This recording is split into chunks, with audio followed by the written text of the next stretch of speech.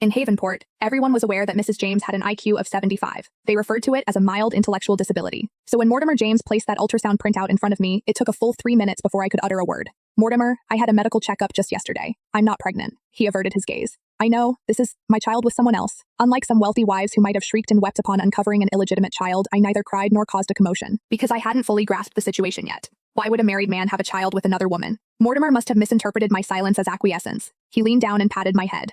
"That's the way. Just keep being this well-behaved." His voice was gentle, the kind of tone one would use to soothe a small child. "The James family's firstborn grandson has to be sharp and capable, but you know how you are." "Never mind, maybe you don't understand. All you need to know is that your position as Mrs. James won't be affected in any way." A dull pain began to seep into my chest, slow and persistent. I was slow-witted. I was aware of that. But I recalled now. When a husband had a child with another woman, it was called infidelity, and a marriage that had veered off course needed to end. Mortimer lit a cigarette and said nonchalantly, "She's a new intern at the company, but you know her too. It's Maud Ellison." Maud. Of course I knew her. She was the girl from a poor background that I'd sponsored for 7 years. Smoke billowed in front of my face. It stung, and a thin film of moisture gradually formed in my eyes. Only when a tear trickled down my cheek did Mortimer finally notice and extinguish the cigarette. "Sorry, Nora. I forgot you can't tolerate cigarette smoke." He leaped up and flung open the doors and windows to air out the room. "You know how much pressure I'm under. Quitting isn't an option."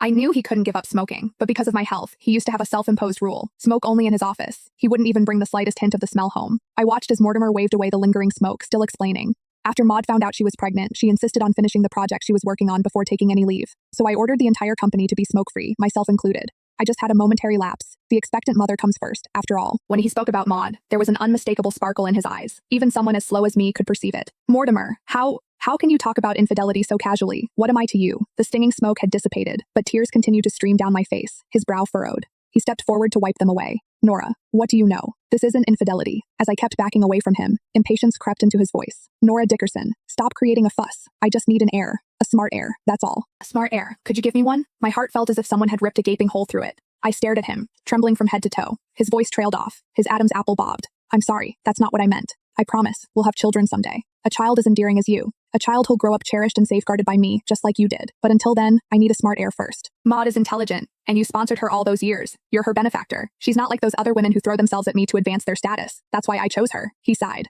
"See? I really did think this through for your sake." I stared at Mortimer, my mind wandering back to a time long before him. Before I ever met him, the man who claimed to be my father used to hang me from the ceiling beam. He'd sit there, eating his dinner, watching me dangle with an amused expression on his face. "You're too stupid to survive out there.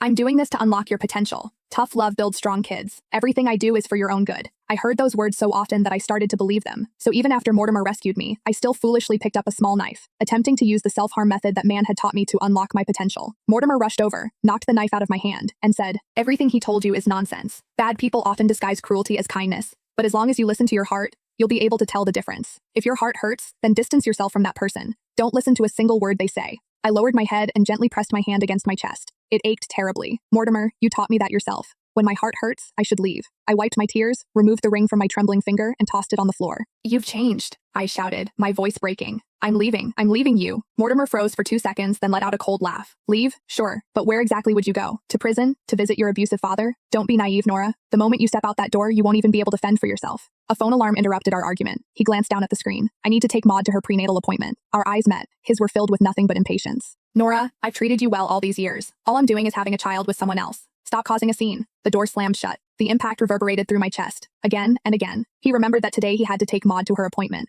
but he'd forgotten that today was also my birthday. He'd forgotten that 10 years ago, on this very day, he'd promised to celebrate every birthday with me for the rest of my life. Back then, he wasn't the powerful Mr. James who dominated boardrooms. He was just one of the many illegitimate children in the James family. Because he hadn't achieved a perfect score, his own mother had locked him in a storage room in the school gym. He suffered from claustrophobia. In that pitch-black little room, his cries grew increasingly desperate. Neither Mortimer nor his mother knew that there was someone else locked in that room. Me, playing truant. "Hey, don't cry. I'm right here with you." He sounded so wretched that I couldn't help but want to comfort the stranger, this boy I'd never met. I even offered him the small cake I'd saved up for 6 months to buy. I just wanted him to stop crying. After he ate my birthday cake, he wiped his tears and made me a promise. "Nora, from now on, we're friends. I'll celebrate your birthday with you for the rest of our lives." After that day, I became his refuge when he needed to escape his harsh mother, and he became my strength to stand up against my abusive father. Hand in hand, we made our way through growing up together. Then later, he took control of the James family. All those elegant, intelligent, well-connected women his family had lined up for him, he rejected every single one. No one expected him to marry me. Everyone said he was just doing it to defy the James family. Even I couldn't help but say, "Are you certain about this? I'm not intelligent enough." He slid the ring firmly onto my finger and smiled, so tenderly. "Precisely. You're too naive. That's why the only way I'll ever feel secure is if I marry you and keep you right by my side, where I can always reach you."